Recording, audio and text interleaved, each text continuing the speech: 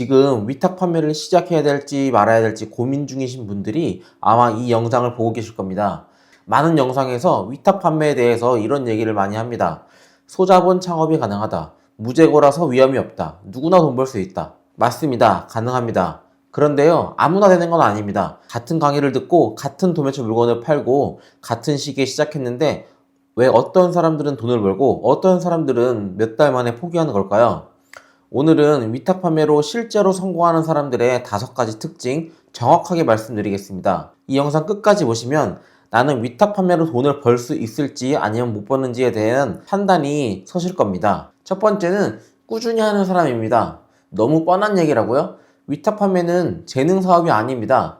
반복적인 일을 해서 돈을 버는 사업입니다. 대박 상품 하나로 인생 역전? 현실에서는 거의 없습니다. 대신 필요한 건 매일 반복적인 일을 하는 끈기입니다. 재가공 대량 위탁 판매로 돈을 버는 사람들은 하루에 수백 개씩 상품 가공을 합니다. 상품 클릭이 없어도 합니다. 판매가 안 돼도 합니다. 반대로 실패하는 사람들은 몇 개 올리고 일주일 지나면 이런 말을 합니다. 왜 안 팔리지? 나 노력 많이 한 것 같은데? 하지만 노력은 상대적입니다. 남들보다 더 열심히 하는 게 노력입니다. 온라인 세상에 보이지 않는 경쟁에서 이기려면 꾸준함이 기본이 되어야 합니다. 두 번째는 일반적인 걸 특별하게 만드는 사람입니다. 도매처는 다 비슷비슷합니다. 상품도 비슷합니다. 이미지도 비슷합니다. 그런데 어떤 사람은 팔고 어떤 사람은 안 팔립니다. 왜 그럴까요? 바로 상품 가공 능력의 차이 때문입니다. 가공에는 크게 상품명 가공과 이미지 가공이 있습니다.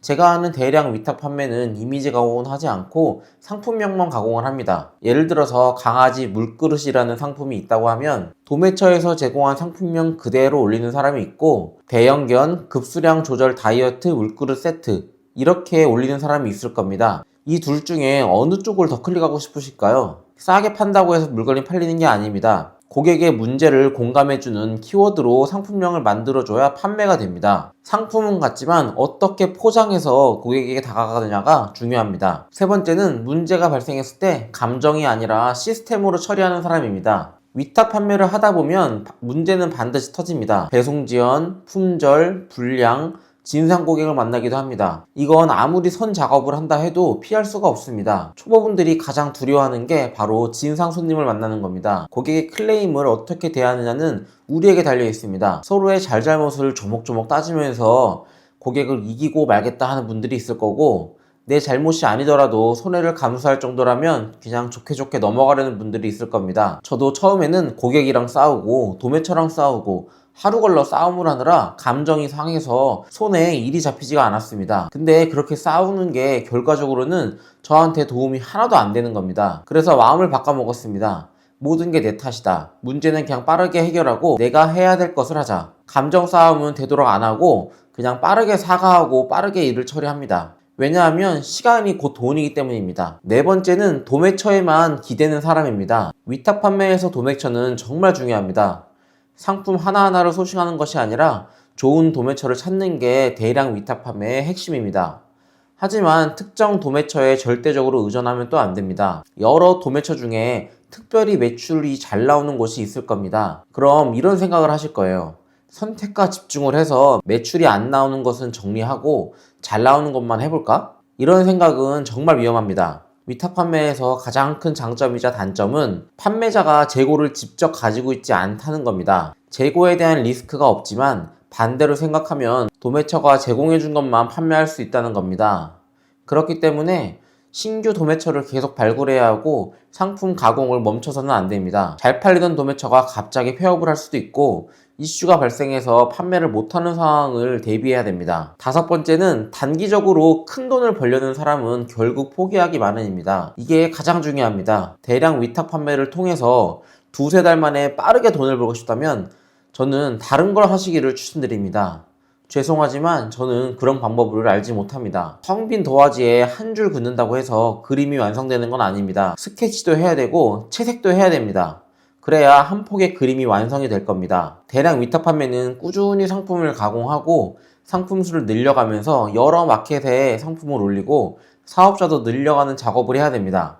근데 이 작업을 한두 달 만에 한다? 불가능합니다. 대량 위탁 판매는 상품 몇 개 올린다고 해서 되는 구조가 아닙니다. 어느 정도의 상품 수가 쌓여야 비로소 의미 있는 결과가 나옵니다. 재가공된 상품이 적어도 2만 개에서 3만 개 가까이는 쌓이기 전까지는 매출이 들쑥날쑥할 겁니다. 그 시간을 견뎌야 합니다. 성공하는 사람은 이 시간을 의미 없는 시간으로 보지 않습니다. 처음 3개월은 거의 반응이 없습니다. 하지만 시간과 노력의 결과물이 쌓이게 된다면 수익은 늘어나게 될 겁니다. 위탁 판매는 빠르게 부자되는 사업이 아닙니다.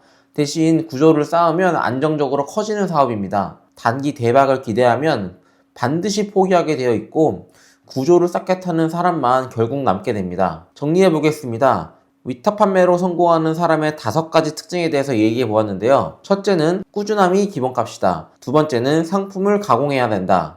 세 번째는 문제를 시스템으로 해결한다. 네 번째는 도매처에만 기대지 않는다. 다섯 번째는 단기적인 대박을 꿈꾸지 않는다. 여러분이 이 중에 3개 이상 할 수 있는 준비가 되셨다면 충분히 가능합니다.